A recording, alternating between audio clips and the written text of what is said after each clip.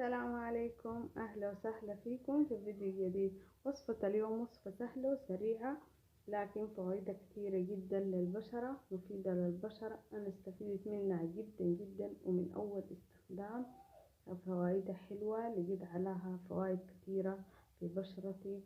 من أول مرة استخدمتها يعني خلاص ضفتها للروتين حق عناية البشرة، لروتيني للعناية ببشرتي، لأنها حلوة جدا وبسيطة وفيكم تعملوها بكل سهولة. لكن فوائدها ما شاء الله.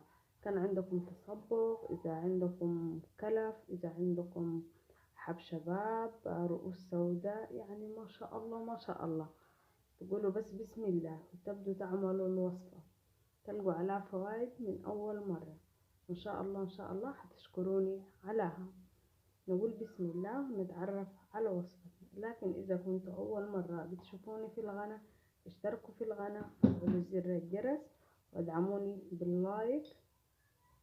نقول بسم الله. هنحتاج معلقة صغيرة كده من القرفة، معلقة صغيرة جدا من القرفة،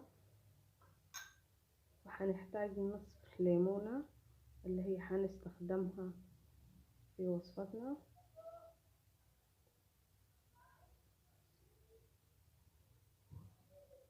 زي ما قلنا الوصفة مفيدة جدا جدا للبشرة، بتلقوا عليها فوائد كثيرة جدا، بس لازم تعملوها بالطريقة الصحيحة. زي ما شايفين نستمر نحرك، نعصر شوي من الليمون.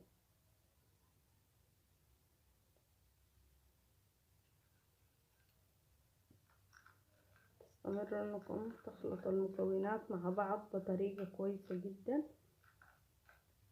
مناسبة لكل انواع البشرة ما عدا البشرة الحساسة.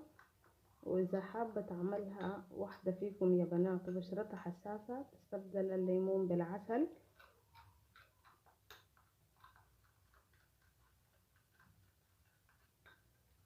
شايفين نستمر نحرك،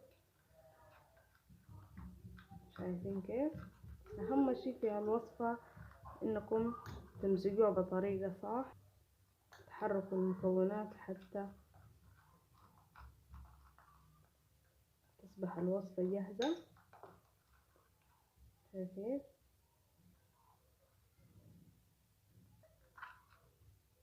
إن شاء الله بعد ما تجربوها من أول استخدام حتلاقوا عليها فوائد، حتدخلوها في روتين العناية بالبشرة الخاص فيكم.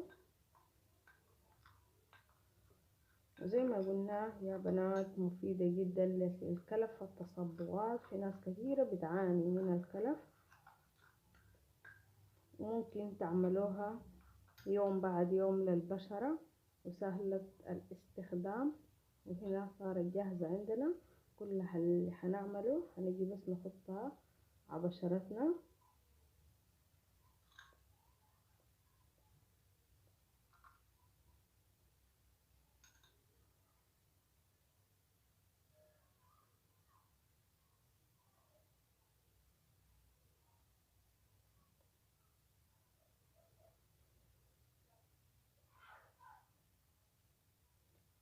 ونخليها لحتى تنشف وتصير جفت تماما.